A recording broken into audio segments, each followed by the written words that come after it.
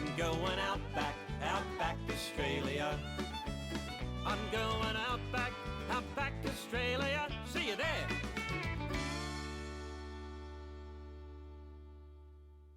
G'day everyone, Roy at Sunland Caravans. Listen, I'd just like to read out some of these comments on our YouTube channel, some of the questions and some statements. I'll read them for you and we'll see how we go. The first one here is a comment from KC on the 23-foot Phoenix with the slide out, where he says the fans are very neat, but the Siroccos push more air. So I assume you're talking about the NCE fans there, KC. I'm not sure where that information came up, that the Siroccos push more air, and it's not one I'd want to debate, but I can tell you my experience is they push a lot of air and they go really well. So maybe the Siroccos do push more, but I didn't notice it. Doug Shearer loves the video, Roy. Keep them coming. I don't remember you showing the underbed storage. Would you lift the bed in one of your upcoming videos, please? You know what? Hang fire and we'll show you exactly what it looks like under bed, because we have made some changes there to make sure you can put more gear underneath the bed. So we'll cover that for you.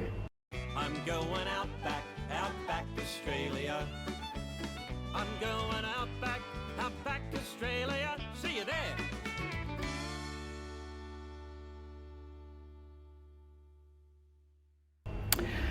This one says, this is from Don. Again, he's referring to a 21'6" blue Heeler that he's seen, and he references to both Matt and myself, asking if we could show the colour used for the cupboard drawers, and ask the question, is this Sierra by Starlight? Don, don't know where you get your information from, mate, but it's pretty good because that's exactly what it is, Sierra by Starlight. Paul asked the question on, this is the 16-foot blue Heeler putt, and he says, hi Roy, may I ask if it's possible to fit the standard cafe style dining arrangement in this design? The answer, Paul, is no. Cafe dinettes actually take up quite a bit of space, and in the 16-foot, I say no, but I guess anything's possible, but there would have to be other things to be moved out or out of the way to make it possible. So it's probably not a good idea. So yeah, not really, not in that 16-footer anyway. JKC of Queensland writes, now, okay, this is quite a lengthy one for you.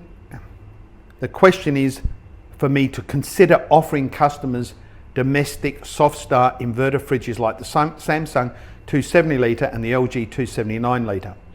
In his case, he runs the Samsung 270 litre, it gives me dimensions there, off a dedicated 370 watt Victron inverter, and it uses no more power, including the inverter loss, because inverters do use power in standby mode.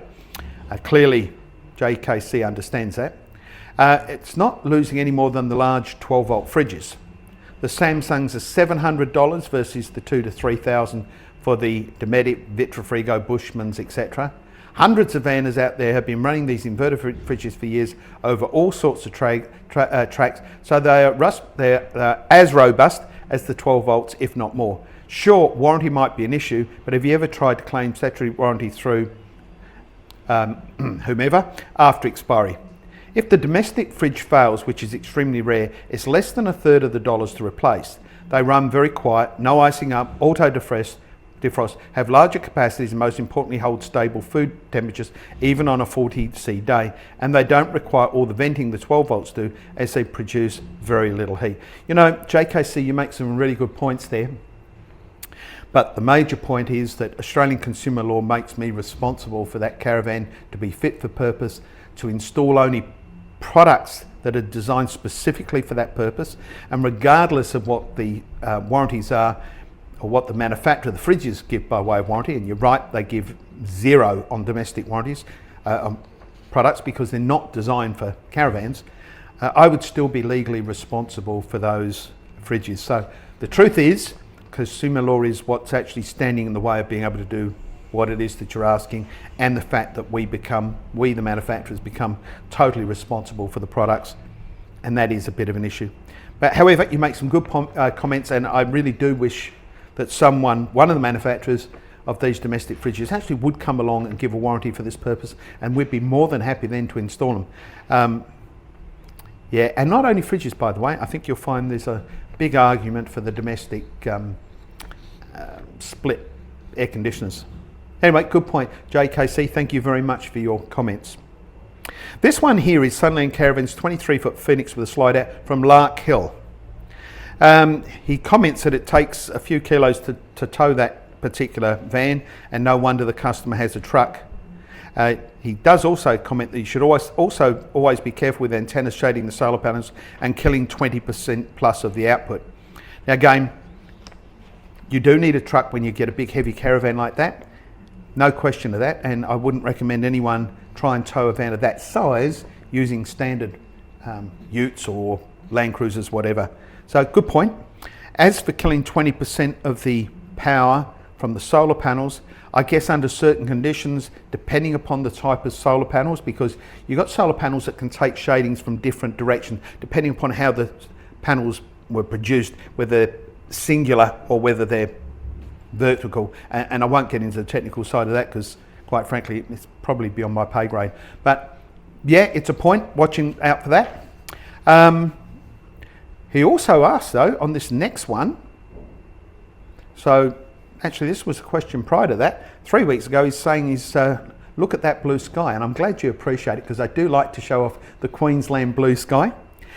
He asks how much the weight difference for the extra length of the 21'6" blue heeler over, say, a 20'6" blue heeler, and I guess the simple answer is probably about 100 kilos, but it's not the size that's going to determine that, it's what you put in that size. So if you're simply extending something by an extra foot, there's not a great deal of weight involved in it. But if you're filling that foot with something heavy like pantries or so forth, it obviously would make that much more difference to that weight. So I hope that answers your question.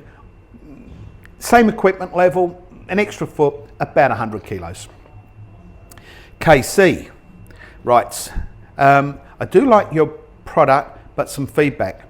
If I may to maybe discuss in your next video, I would be confident that the 30 kilo, I wouldn't be confident, sorry, here we go. I wouldn't be confident with 30 odd kilos of battery on top of each other bouncing down some track.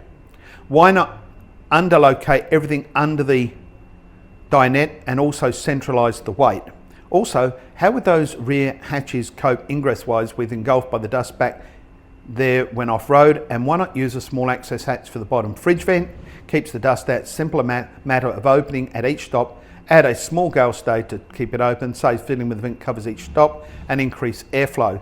Also keeps cold out in winter when the hatch not needed at night. Okay, so again, you make some really good points there, Casey. When we put weight towards the back as we do, we counterweight it, so we move our axles a lot depending upon how that weight's done. However, I think you should keep watching these videos because we've covered some of this in future stuff that's coming down the road. As for dust ingress, we don't tend to have dust ingress problems because a lot of things we do. Those hatches that we're using at the back really do seal super, super well. As for the opening of the hatch on the fridge, look, I've seen some manufacturers that put big doors on the back of the fridges to open up and so forth. I'm actually opposed to a lot of those things. Part of that is because you've then got to put screens to stop insects getting in. You've got to rely on someone remembering to do things to make things work properly. And my experience is that that's never a good sign. However, you make some really good points and I'll certainly keep this in mind moving forward. Then we had another one here. This one's from Richard. Roy, I have a Sunland, I have a Sunland van and agree with your preference for the cafe dinette. Only one problem is I don't understand why the trifold table is so wide. It's a huge table length wise, so trimming a bit off the width would make it watching TV more comfortable. Richard, you're spot on, and we can make those trifold tables whatever size to suit. So if you're finding that the table that you've got is in fact a little bit too wide, we can trim it back for you, mate, not a problem. And in fact, mention me when you speak to the service department and tell them that I said we're quite happy to do it for you free of charge. Those tables are made to suit the customer, and if it's not suiting you, well, just trim a piece off and make it suit. So look, that's all the questions that I've had given to me to go through. Some really interesting stuff there. I agree with some, I don't agree with some others. That's not the point. The point is that we are listening to you and we are taken on board. And I want you to know that when you make these comments, they're taken, you know, as something that we would realistically look at. And if you come up with an idea that we use, you can always lay claim to it like somewhere down the track. Look, thank you very much for sending this information. Again, I hope you do enjoy these videos. No sunny skies today, we're actually inside. However, it's 31 degrees outside. Absolutely gorgeous, and I can't wait for knock-off time to get out there and enjoy some of the sun. So I'll see you for next one. Thanks for watching, and don't forget, please like, subscribe, and hit that alarm button so you know the next one's coming up. See you for the next one. Ciao. I'm going out back Australia. I'm going out